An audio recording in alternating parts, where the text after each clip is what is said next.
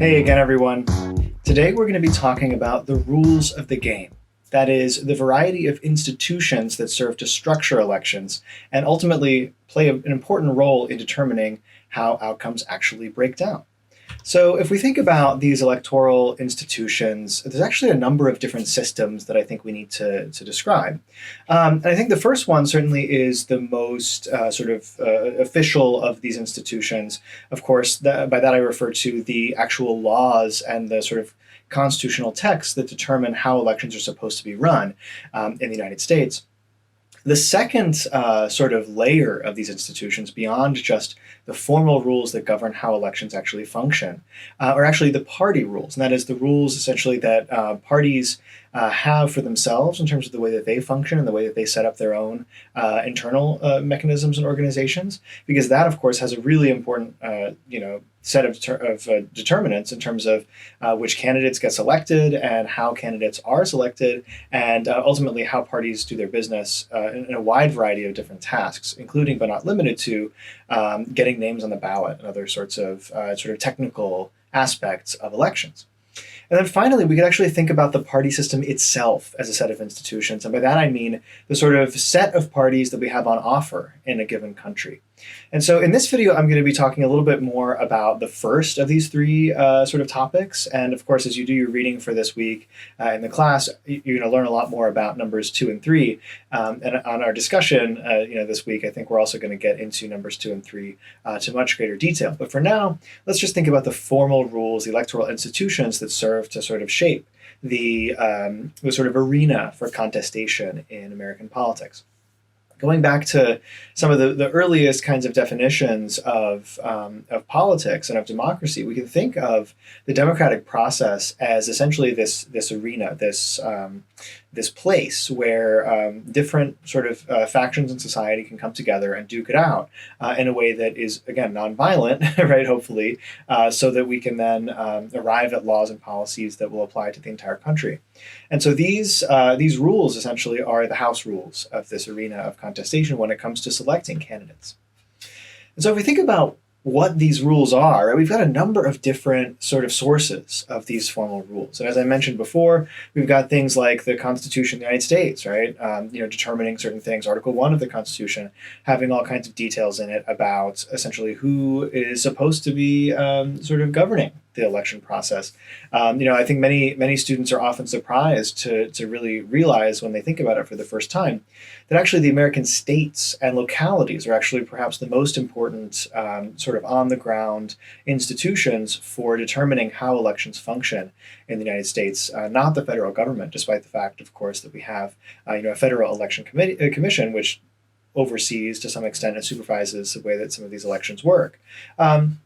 But if we think about the formal rules, both from the Constitution and from election law that help to govern the way that things work, all the way from the way the ballots are printed, to the way that polling places are set up, to the way that campaign advertisements can and cannot be run in various places, and how much you can fund certain candidates, for example. These rules have a lot to do with, again, going back to that turnout model, as we saw before, right? Access to the ballot, and of course the overall costs, both psychological and sort of physical, in terms of actually getting yourself to the point where you get to cast a ballot. But beyond that, I think another thing to think about is that these electoral rules are important in affording a sense of credibility or legitimacy to election outcomes. That's a topic that I've already discussed a little bit in this class, given that it's so topical right now. But it's really important right now, especially, to think about the idea that when we go to vote, it's really important for the population of the United States to feel confident that their vote is actually going to be counted and that their voice is going to be heard. Because otherwise, when our electoral institutions are lacking in that credibility, then essentially all bets are off, right? You have essentially a huge problem that you might encounter where the losing party might find themselves extremely upset, essentially, about the outcome, and they might essentially cast doubt on the outcome. This is a really dangerous moment, and it's ultimately that process is known as loser's consent. And essentially, loser's consent is one of the foundational pillars of any democracy. You must have the loser acquiesce and give up power. Otherwise, you have essentially a crisis where the two parties are unwilling to sort of admit their loss and we've gotten sort of close to some of those moments in the past, especially with Bush v. Gore and a couple other moments in American history. But losers consent is incredibly pivotal sort of aspect of our electoral process, and that's why we need rules and institutions and processes that allow Americans to think that the vote is fair, essentially. So this credibility is one of the most foundational properties of electoral institutions that needs to be baked in. And so when we think about these electoral rules that, of course, have at their core principles of fairness and principles of credibility, right? We can think about a number of different subcategories of these different rules. So one being, of course, electoral formulas, which is a really important thing. It's essentially how we go about assigning seats to votes, basically. How we might figure out in a given geographical district or a given geographical entity how many seats a given district or group is assigned, how to make sure that those seats get proportionally or in any other sort of principle through some other principle assigned. Right? We have to think about how seats essentially get votes get translated into seats, essentially. So these electoral formulas are very important. We also have the idea of district magnitude, right? So essentially the size of districts, the degree to which districts are representing small groups of the population or large groups of the population, and their composition, that is, like how they actually seek to balance out different interests within themselves.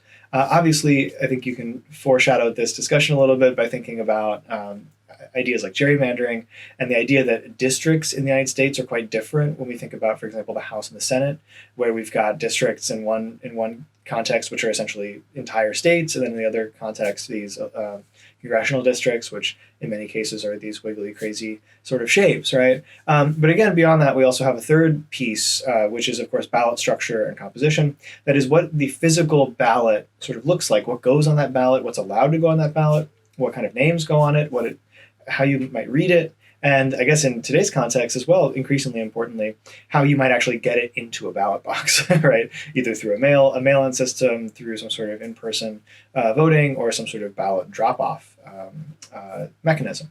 So all of these things are rules, right? There are laws essentially governing this, largely at the state level when it comes to that latter category, but things that are set up in our law and enshrined from a long time ago, with a lot of sort of historical precedent behind them. So, for example, again, going back to our constitutional sort of setup, right? Article 2, Section 1 of the Constitution. This is going to be a pretty important topic that we want to talk about in this particular context, which states, each state shall appoint, in such manner as the legislature thereof may direct, a number of electors, equal to the whole number of senators and representatives to which the state may be entitled in the Congress. So, of course, this is the backbone of the description of the electoral college system, essentially where you take the number of representatives you have in a state, you take the number of senators, which is always 2, you add those together, and you get a number of votes that then gets sort of tallied together. If you get up to 270 as a candidate, then you win the election out of 538. Of course, there's 3 that belong to Washington, D.C., thanks to a constitutional amendment, but that is essentially the backbone of this electoral process. So if we think about it, right, we need to answer some questions, some institutional questions. First of all, how does this thing actually work? Why the heck do we have these winner-take-all states in the system? Maybe are there potential alternatives, and what might they be? Well, the answer to the question of how it works, I think, is a complicated one, and I'm going to talk about it in just a moment. But in terms of the answer to question 2 about this winner-take-all state system, it's actually a very interesting sort of political science story, essentially. And I think it really challenges some of our assumptions about the way that elections have worked historically in American politics. Because you see, back in the day, right, way back before the 17th Amendment, way back before all sorts of other adjustments to our electoral process, we actually had a system in which the majority of states, actually, there was no vote for president whatsoever.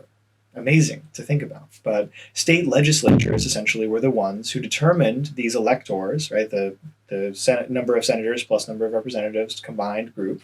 They would choose those people, they would give them instructions, and they would send them off to cast their electoral votes. Only a few states actually engage in any kind of vote for the president whatsoever. And many of those states actually engaged in a system whereby they had a statewide vote where they tallied up all of the votes at the state level, and the two electors that belongs to the senator, essentially that were associated with the senators' tallies, would cast those statewide votes, and then a number of other electors would be assigned essentially to each congressional district. And depending on the voting choices of each congressional district, that specific elector would take the will of the people in that district to Washington and cast their vote that way. In fact, there's still two states that do that. Okay, Nebraska and Maine are two states that still subdivide their electoral votes into these tiny sort of subsets, where there's a statewide vote and then there's a district-wide vote. So that may be something that you see as you're completing this project. These two states with the separate little things. That's actually a holdover from a much older sort of process, whereby several states at the beginning actually engaged in that process.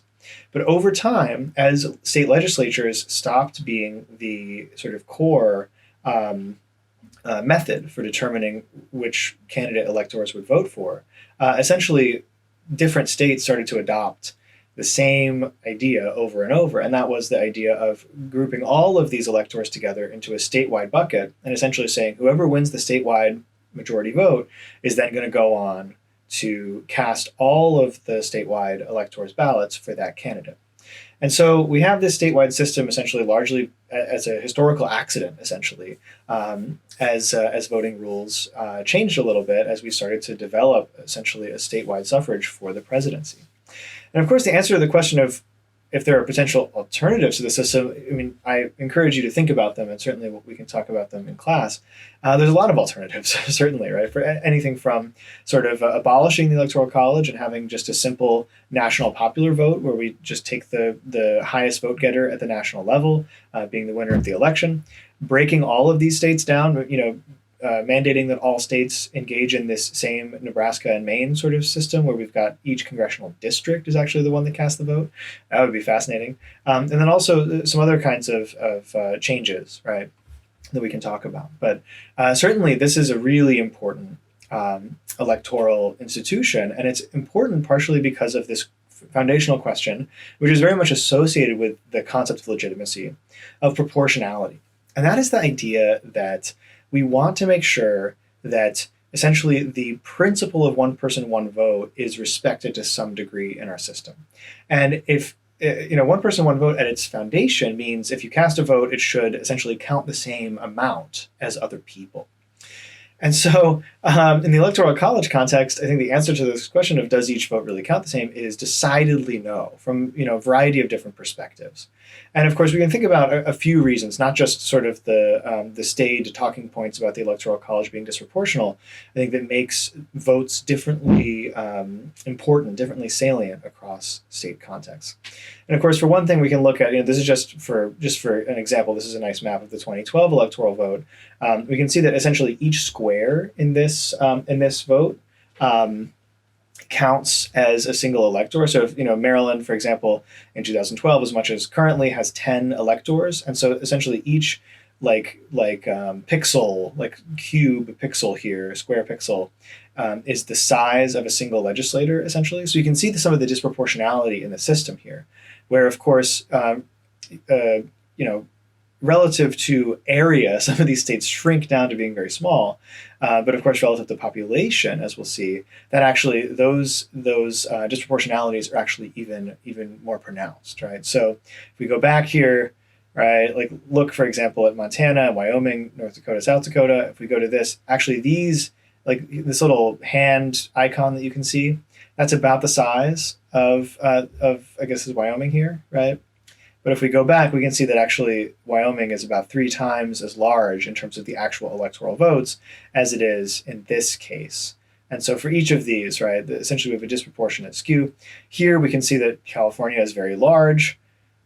However, in this pixel count, essentially it's somewhat shrunken, I guess, compared to this other stuff. So at the margins here, at the margins of the very large states and the very small states, we have a disproportionality essentially occurring here simply because of the fact that the count for 2 senators bumps up some small states, like Delaware is an extremely small state, but still gets 3/10 essentially of the electoral vote representation of Maryland, even though Maryland is many times larger than Delaware.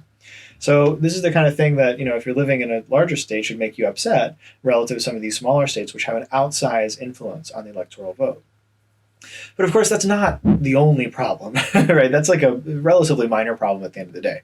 I don't think that we can be too mad about this because, after all, right, are these tiny states really having that much of an impact? It's fairly proportional. It's not purely, truly, exactly proportional, but it's fairly proportional.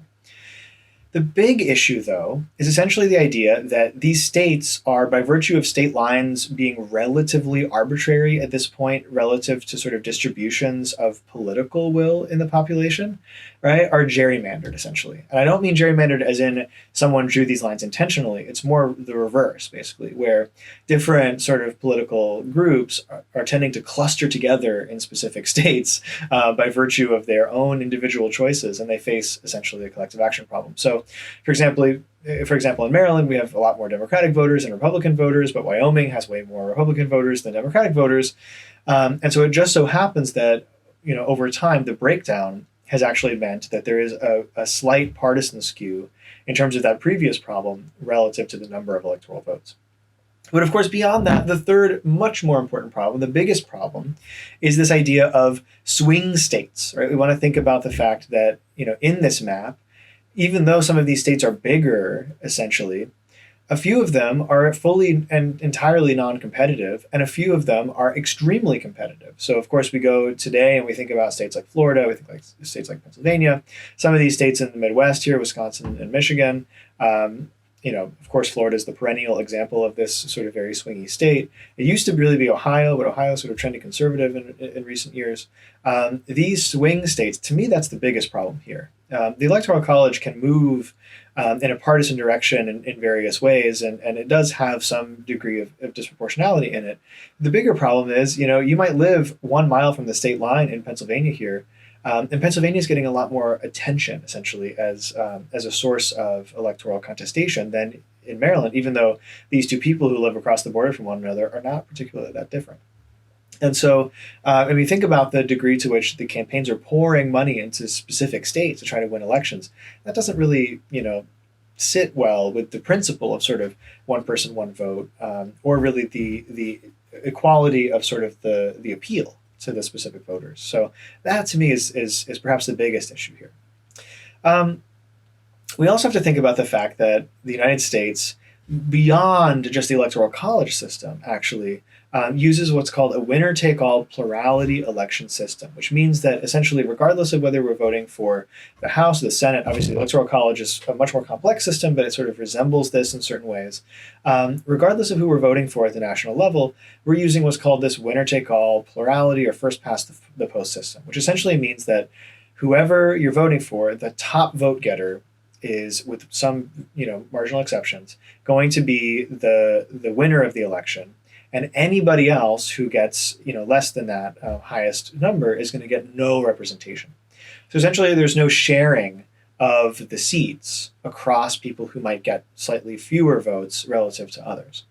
And so this is a pretty rare system, worldwide, actually. And if we compare this to some other systems in the world, we can think about the fact that a lot of democracies actually use what we call multi-member district systems, where even if you do not get the highest share of the vote, you might end up with some proportion of the seats in Congress regardless.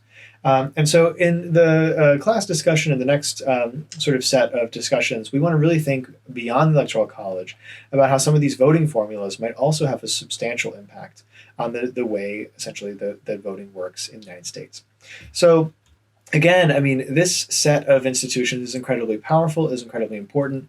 And when we think particularly, at least in this video, about the Electoral College system, we want to get into as well the psychology of voters, right? We want to think about, what does this feel like to actually cast a ballot? What does it feel like to know, to some extent, that if you are a Maryland voter relative to a Pennsylvania voter, it's simply not the case that your vote is going to have much of an impact on the final Electoral College tally. And so these kinds of psychological dimensions are the things that we want to interrogate, we want to learn more about in our discussion on Wednesday. So until then, Ellie and I, here she is, say, I hope that you enjoyed this discussion at Electoral College. I hope that this was thought-provoking, and I look forward to you bringing your questions to Wednesday's meeting. So until then, everyone, have a wonderful week, and I'll see you then.